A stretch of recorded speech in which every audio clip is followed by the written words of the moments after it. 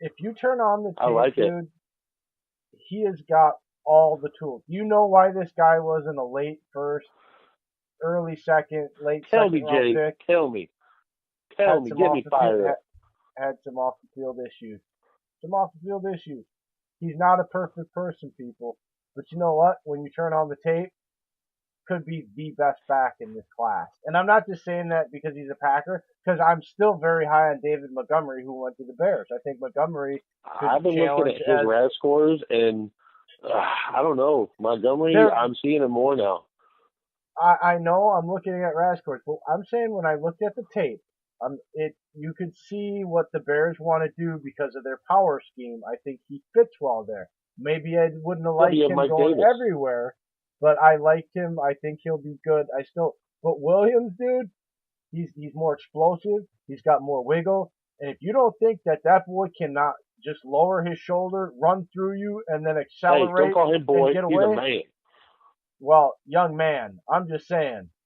Like, I don't know what the hell tape you've watched then. I can't believe what I see when I turn on the film that this kid or this young man He should have was been a there fourth in or the fifth sixth round draft round. pick, easy.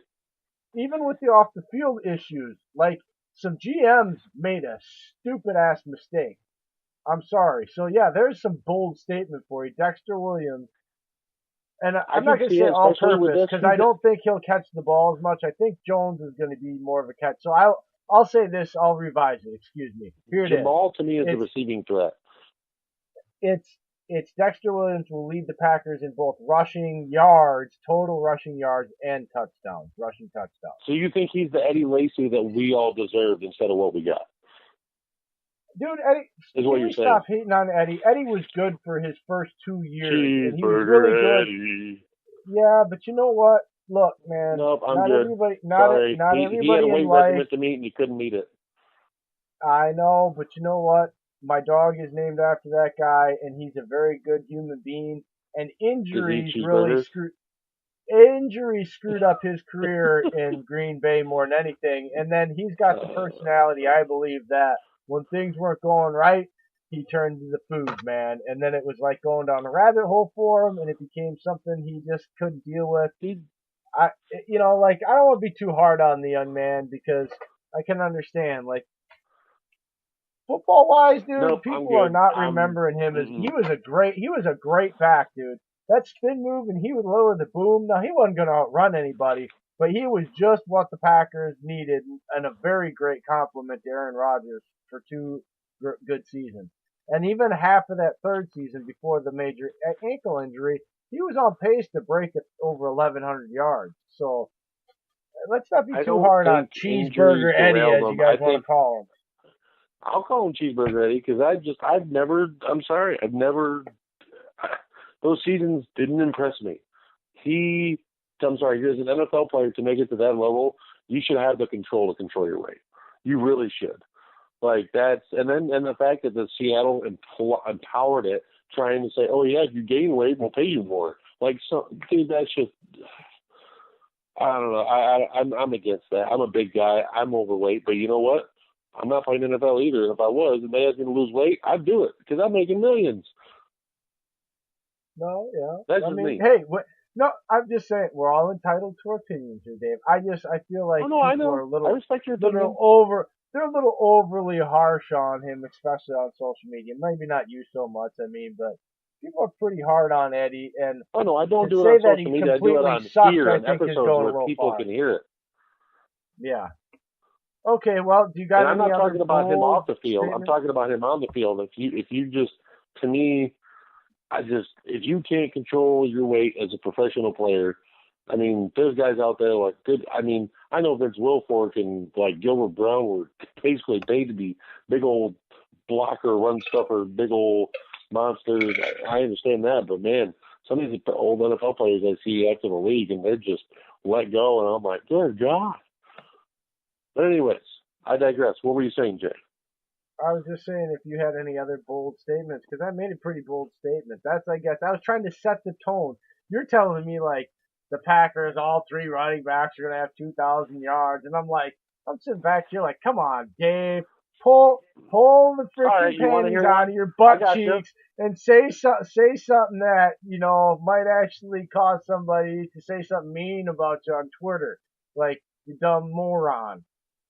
Because that's what Okay, people are gonna fine. I call got me. you. No. I got you. The Packers secondary. No, the Packers. Yeah, the Packers secondary will be top 3 with interceptions this year. Okay. Who leads the pack?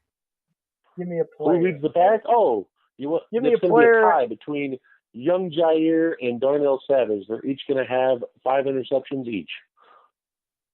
See, and I feel like Dave. I feel like you're setting me up to kill this game almost every time. Like, because you do it, and then like right away I'm thinking, oh, I can one up him with an even bolder statement. Bold statement here off the yours. Adrian Amos will lead the Packers secondary with 7 interceptions because everybody says the guy can't make plays. You can't see it. It's not that. It's because I like him the way he is. He does his job. He doesn't need the interceptions to show. It's not about. He doesn't need no, it. no, dude. I'm telling you right now, it's about Vic Fangio and the way he uses his secondary and the way that Pettine rotates. Watch the film, dude. Amos is going to have many more opportunities to be aggressive on balls. He is not going to be asked as nearly as much as often because of the way that they just move shit around constantly, the way Pettine does. And therefore, he has got all the tools, and it's just the opportunities that he lacked because of the way that Fangio ran his defense and what he was asked to do. That's why it's called bold statements, Dave. That you're supposed to argue with it and call me crazy. That's why it's bold. That's why I'm throwing it out there. Let my kahunas hang out. 7 INTs for Mr. Adrian I argue Amos. with you. I definitely said that I just don't. I think know you argued like with me. He plays. I know you're arguing. But I got another one. I got another one. I think I think the way Pettine had our defense last year with 44 sacks, tied for 7th in the league, didn't have jack diddly for talent getting after the quarterback. This year, and I'm calling it right now, and I fully believe in this when I say it, we will be number 1 in sacks this year in the NFL. That's my bold take right now. We will lead the NFL in sacks. Oh, you did it again, Dave. Shut me up again, man. I don't know how you go any higher than that with number 1. Bold statement.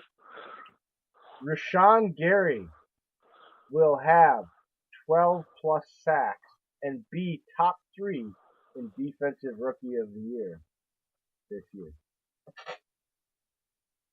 Okay, that just fired me up because that's going to shut all those haters up. They said Rashawn Gary can't. He wasn't even that great of Michigan. Do you see, Dave? This is like I can't help it. The minute you start your thing, like this shit just pops in my head. Like, man, he just like there you go. There's the bold statement off of that. Like it's 1-0. Yeah. What do you? I think it can be done. Again, we had 7th place total in sacks with Kyler fucking Fackrell as our leader. Now we have Preston as Zadarius Smith, Clark, Daniels, and Gary along the whole goddamn front. Plus you had Blake Martinez, who is basically, to me, I'm sorry, I think you should use Oren Burks. Oh, sorry, Martinez. I think you should use him as a cover guy this year because of the fact he got so good at it. And then on top of that, Oren Burks is so fast because he was a safety and linebacker in college. I say you rush him. That's what you should do with Oren Burks. You should rush him from the inside linebacker spot. Well, and I just think that, again, I think the way Rashawn Gary was used primarily in college and the fact that they're already putting him in a linebacker room, which is going to mainly give him the most freedom with his athleticism that he's ever had in his football career, I'm sure. Well, they got him in the linebacker and the defensive line room. They got him in both. Yeah, but I know, but honestly, I think when it's all said and done, what they're going to see with him is what they want to use him with and what they have already as far as defensive linemen. they're going to end up using him and being able to move him around with his hands not in the ground, up as a standing linebacker. And I think there's so much there that we've talked about. All the guys there, like he's just an athletic freak. Like I said it. Remember, I said that right now walking in. He's the most athletically gifted guy, just as far as tools, athleticism, and all that in that freaking defensive, room minus secondary. And therefore, if I'm going to say that, it wouldn't make much sense for me not to believe that when you can't double team that guy and you're worried about a guy that's proven to be a stud oh god dang it, Kenny Clark, and you're worried about Mike Daniels, who's good, right? And so then all of a sudden this athletic freak that, they're not going to ask him to do a lot. It's going to be simple. So he doesn't have to think. They can't worry about him, because if you worry about him, Kenny Clark will destroy your offensive line. You know what I'm saying, Dave? And so it's very easy for me to sit here and justify my bold statement that it's very easy to say that Rashan Gary is going to have 12 or more sacks and is going to be top 3 in Defensive Rookie of the Year award. I can really honestly say that's not hard. I can see that happening more than the other two that I said, honestly. And I'm highest on the first one with Williams and this last one more than I am the Amos one. But I can see this last one happening much easier than the first two. So 3 minutes and 30 seconds, Dave. Do you think it's possible if we get 2 1,000-yard receivers in a running offense with either Adams is going to be the one, obviously, but is it going to be Gmo, or is it going to be NDF, or is it going to be ESB? I believe it will be Equanimeous St. Brown. I think that. I think he's got a damn good shot at it. I just think that he is so explosive. I think he almost takes. I don't think that it's necessarily that MVS takes a step back. I just think that as they both take a leap, I think that Brown will take the bigger leap this year and really bust out. And Brown's a little more explosive, a little more lanky, a little more agile. You know what I mean? They're very close, but Brown, honestly, dude, he's just a little more of an athletic freak than MVS. So I think if he takes a bigger jump in year 2 here, I think that he very, very easily has the chance to be a second thousand. And I think that's a very easily thing to do. It's Aaron frickin' Rodgers in an offense that's going to give him plenty of opportunities to throw it deep. And we know that Rodgers likes 2 things: throwing the ball deep and rolling out and throwing the ball deep. So this offense is going to have him. I got one last prediction. I think Oren Burks comes out and looks like the linebacker that we wanted in the draft or free agency, and Burks comes out and becomes that guy. I think it's not even stats. I just think he has the moments. I think he closes out the division title game for us. I think he closes out a playoff game for us. And I'll call it right now, Josh Jackson closes out the Super Bowl with an interception. Ooh, now that's a bold statement. All right, Dave. You've got a minute and 30 seconds. So you got about a minute left, so we can say bye to everybody. Finish him. Bye. Finish it. All right, guys. You have a great night. We appreciate you listening to us. We know we're better than each other with our hot takes and our bold predictions, but Jay and I have had it sometimes. We need to get stuff off our chest. We appreciate you listening to us. You guys have a good night. Take it, Jay. Well, you can always get to us at the email of the show. It's firstandgoalradio@yahoo.com. Follow us on Twitter, First and Goal Pod. And you can reach us on Facebook. It's at First and Goal 33 at Facebook.com. We are on Tumblr. We're on SoundCloud. We're on Spotify. We're on YouTube. Search First and Goal. Find us on Spreaker.com by searching First and Goal. Follow us on Spreaker.com. Share us. Like us. Retweet us. Even if you don't listen and you don't really want to listen, do us a favor. Turn the dang thing on and walk away and let it play. Just listen. Even if you're not going to listen. We appreciate all you guys. We love Packer Nation. We'll be back on Tuesday, again, we're having Julie Voigt With a double and Russell whammy, Baxter. vibing. Pro Football Focus. Go Pack Go.